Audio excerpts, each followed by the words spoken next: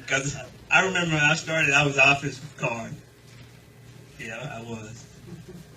Little league football, and Chris was running back, and they would always give you a quarter for touchdowns. Everyone scored a touchdown, you get a quarter. And Chris was cleaning up, man. He scored 4 or 5 touchdowns a game. And he'd go to concession stand, hot dogs and Coke. And here I am, I'm not getting anything. And I asked Chris one day, I said, hey, why don't you buy me a hot dog?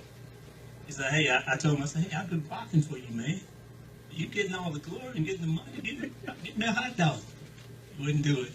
Next game, I said, you gonna get me a hot dog after the game? No. I said, okay. I lined up. Guy in front of me, I said, at number 33, he's getting ball. I'm gonna let you go and you can have your way with it. I stepped out the way. Went back to the huddle, and I said, you sure you want to buy the hot dog for me? In his stubbornness, he said no. I said, okay, went right back up there. Next time he's running the ball, I said, number 33 is getting the ball again. Man, they hit him this time. I go back to the huddle, and before I get to the huddle, he punches me. And we're fighting in the huddle. Well, we finally get him game over, get up, and my dad says, what are you guys out there fighting about in the huddle? Chris tells him, he says, he's telling the guys that when I was running the ball that I was running because I won't buy him a hot dog. He said, well, son, I think you need to work something out. Help me through this fight. When I asked him about what I should talk about, they said about the journey through Alabama. And then I said, well, I guess it's not a good time to pitch my holiday cookbook here, huh? Now, I got some copies if you want one. No, just kidding.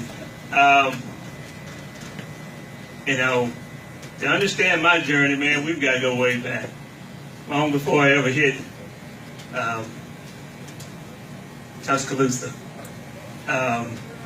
My brothers and I, man, my dad, lifelong football coach,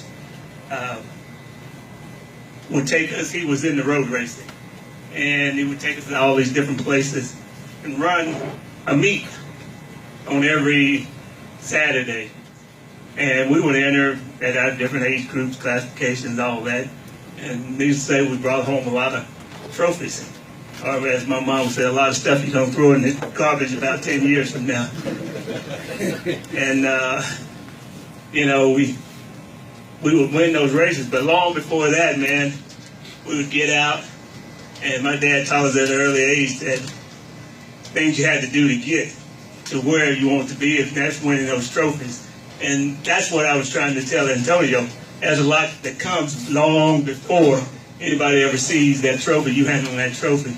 And we would get out and run with him during the week. And the guy told me the other day, man, I remember you guys running around behind your dad down the street, jogging. He looked like a mother duck, and you looked like the little ducklings running right behind him. We'd run, and he's trying to run and get his times together. He'd get down there, and we're all running, and the younger guys behind, the kids behind him, and he never looked back. So if you didn't keep up, you were going to be left behind. And the only rule was, man, it's up to you to get home. So if you don't get home, we'll still be waiting on you. We'll turn the lights on when you walk in. Either you'll continue to run or run faster, or you'll quit running at all. So needless to say, no one ever stopped running. That's where we got a lot of it from. My dad that would take us on all these different things and taught us how to compete. Kerry Goode started on the football field for Hazelwood and then for the Alabama Crimson Tide. Back in September, Goode made it public that he was battling Lou Gehrig's disease. This evening, Greenbrier Restaurant, the place to be, as former teammates and friends gathered to show their support and honor the former running back. One look around, and it was a who's who of former teammates on hand. And for Goode, the evening, a special one. For him, it's all about helping find a cure. Now it's been nonstop trying to get the word out that about ALS, and I'm surprised that not a lot of people know exactly what it is. And that's just my focus right now. Try to help raise money to beat this thing. Trio of